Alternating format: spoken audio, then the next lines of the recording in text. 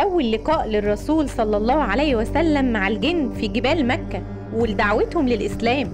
في يوم من الأيام جه واحد من الجن للنبي عليه الصلاة والسلام، وكان بيدعوه لأعالي جبال مكة عشان يقابل قومه وعشيرته من الجن.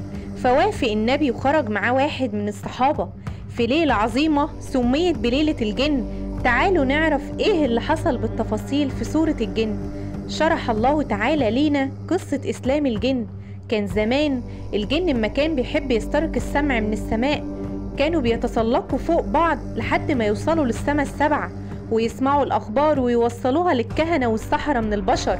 لكن بعد ما ربنا بعث النبي عليه الصلاة والسلام للعالمين بشيرا ونذيرا وداعيا إلى الله باسمه ونزل عليه الوحي، انقطعت أخبار السماء تماما عن المخلوقات النارية، فجن جنون إبليس وأعوانه وانتشروا بكل أقطار الأرض لحد ما وصل نفر من الجن إلى سوق عكاظ وشاف النبي وهو بيصلي وخلفه أصحابه وهو بيجهر بالقرآن عشان ينور قلوب مخلوقات خلقها ربنا من أشد منطقة بالنار. فسمعوا القرآن وآمنوا بيه، ولما رجعوا لقومهم قالوا إن سمعنا قرآنا عجبا. والجن اللي أسلم بعد سماعهم للقرآن رضى الله عنهم يعتبر من صحابة رسول الله من الجن.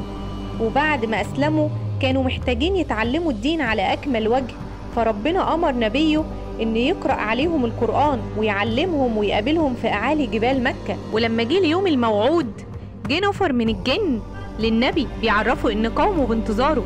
قام الرسول عليه الصلاة والسلام وقال للصحابة: إني قد أمرت أن أقرأ على إخوانكم من الجن، فليكن معي رجل منكم، بس على شرط ما يكونش في قلبه مثقال حبة خردل من كبر.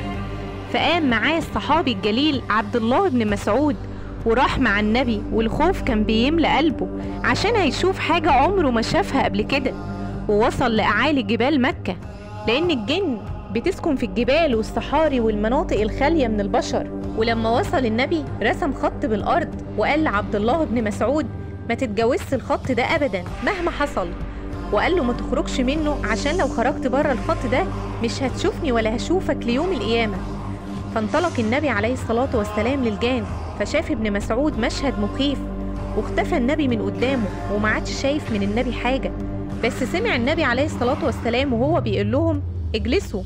وبعدها شاف رجال بشرتهم سودة ولابسين لبس أبيض وكائنات تشبه النسور، وشاف الجن وهم عمالين يطيروا حوالين منه. وفضل النبي لحد الفجر يعلمهم الدين ويقرأ عليهم القرآن وينهاهم عن المنكرات، وصلى بيهم الفجر.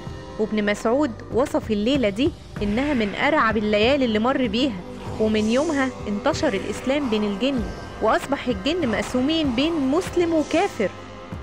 اللهم صل على سيدنا محمد وارض اللهم عن صحابة رسول الله من الإنس والجن.